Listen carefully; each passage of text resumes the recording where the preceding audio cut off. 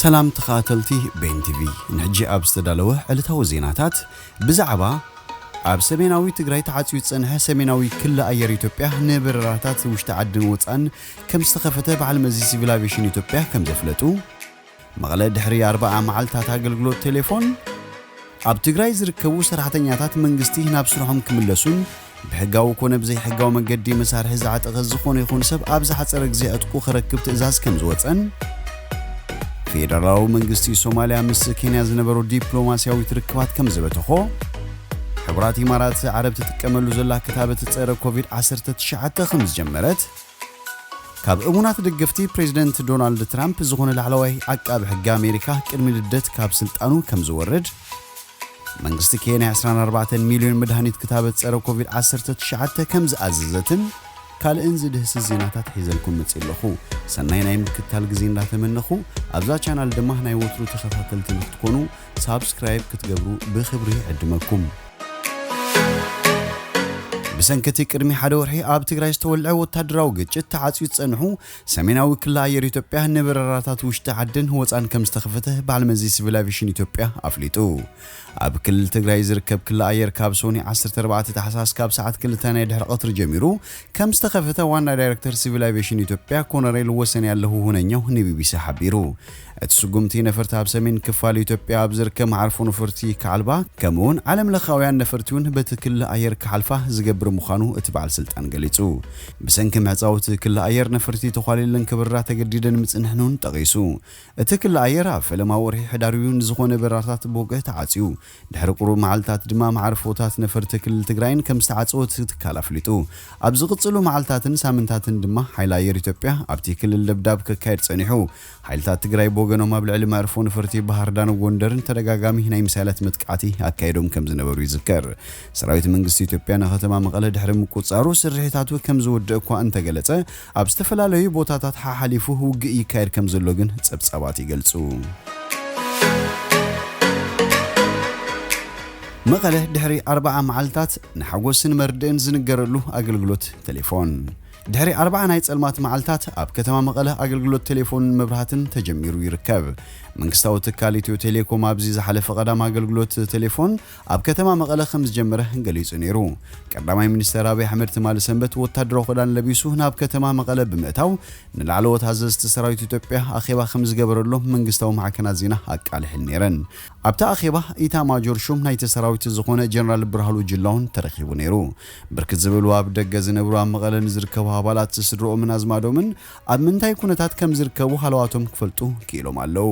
ካብ ትግራይ ወጻኢ ዝርከቡ ብርክት ዝበሉ ሰባት ኣብ ማሕበራዊ ሚድያ ሓጎሶም ክገልጹን ከለው ካልኦት ድማ ናይቶም ኣብቲ ኩናት ወይ ድማ ንዕኡ ሲዒቡ ዝተጎድኡን ዝተቃተሉሉን ቤተሰቡን ፈቶቶምን መርድእ ዝሰምዑሉ ኮይኑሎ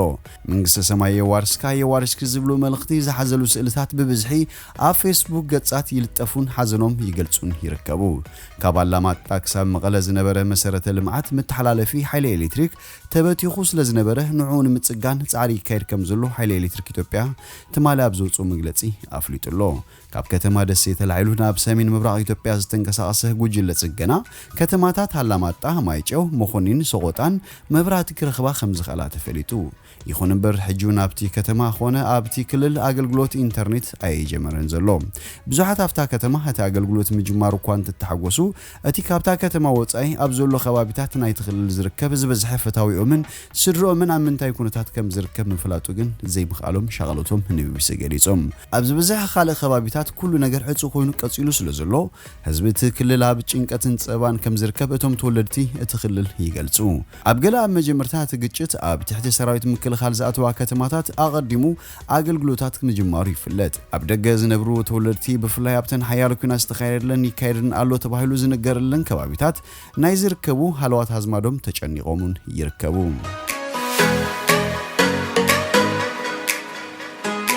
ኣብ ትግራይ ዝርከቡ ሰራሕተኛታት መንግስቲ ናብ ስራሖም ክምለሱን ብሕጋዊ ኮነ ብዘይ ሕጋዊ መንገዲ መሳርሒ ዝዓጠቐ ይኹን ሰብ ኣብ ዝሓፀረ ግዜ ዕጥቁ ክረክብ ትእዛዝ ወፂኡ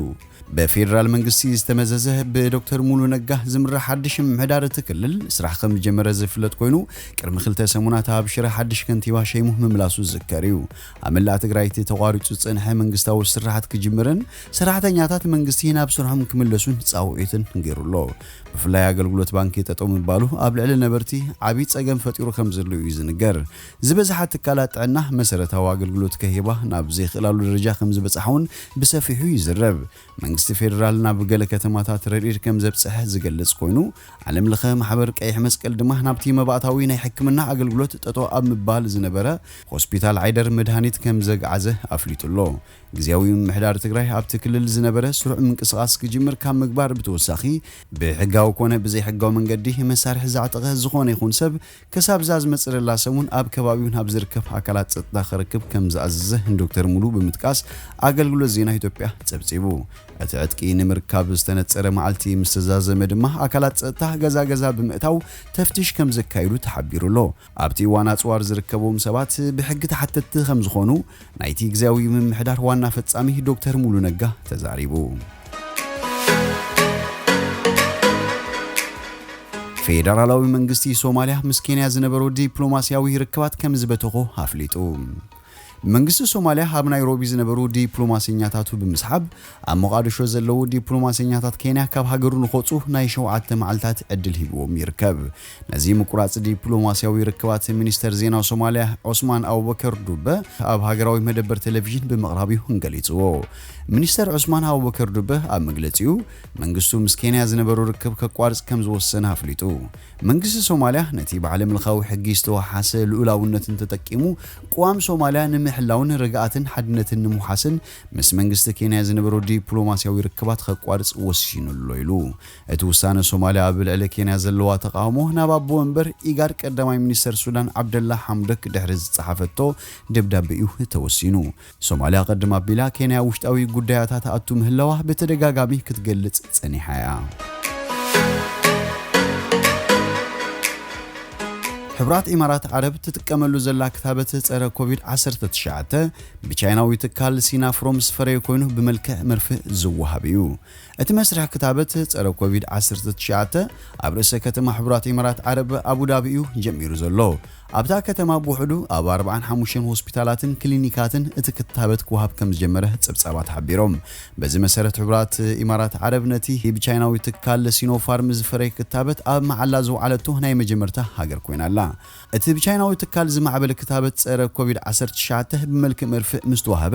ሰባት ንሕማማት ናይ ምጽዋር ዓቕሚ ዝህሎም ዓቕሚ ዝጉልብት ከም ዝኾነ እዩ ዝግለጽ ነበርቲ ከተማ አቡዳቢ ናብ ማእከል ጥዕና ብምኻድ ንኽኽተቡ ቆጸራ ይሕዙ ከም ዘለውን እቲ ክታበት ብነጻ ይወሃብ ምህላውን ክፍለጥ ተኻኢሉ ብመሰረት ካብ ዩኒቨርሲቲ ጆንስ ሆፕኪንስ ዝተረኸበ ሓበሬታ ሕብራት ኢማራት ዓረብ ክሳብ ሎሚ ልዕሊ 186,000 ብኮሮና ቫይረስ ዝተለኸፉ ሰባት ክህልዋ እንከለዉ 618 ሞት ድማ ኣመዝጊባ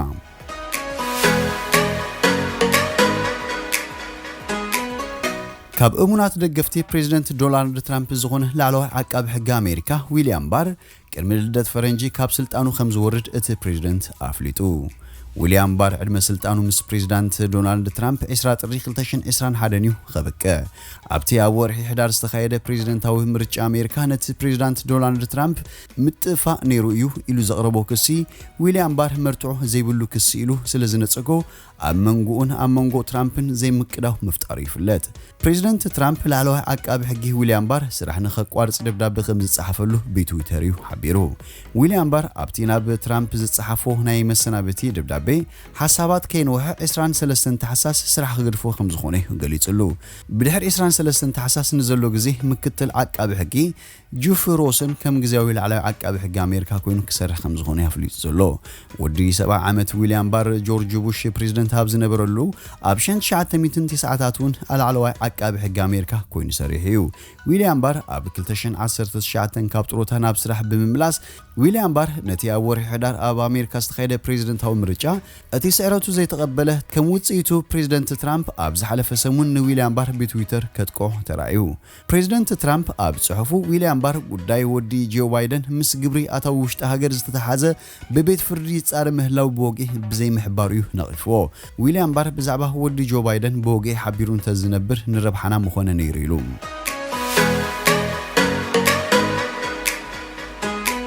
መንግስቲ ኬንያ 24 ሚሊዮን መድሃኒት ክታበት ጸረ ኮቪድ-19 ከም ዝኣዘዘ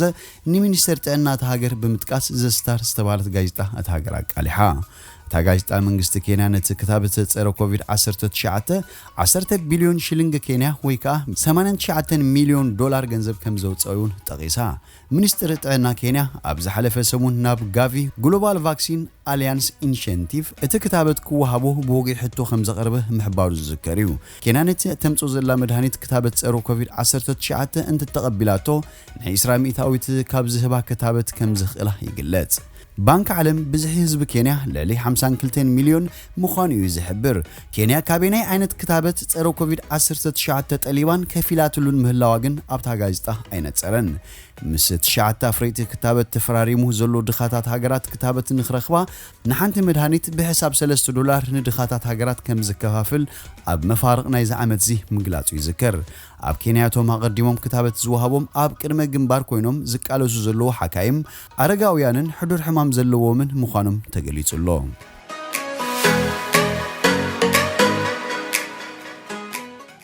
ዝኸበርኩም ተኸታተልቲ ያር ቲቪ ሎሚ ዝበልናዮ ዕለታዊ መሰናዶና ኣብ ዝወዲና ኣለና በብዘለኹሙ ሰላም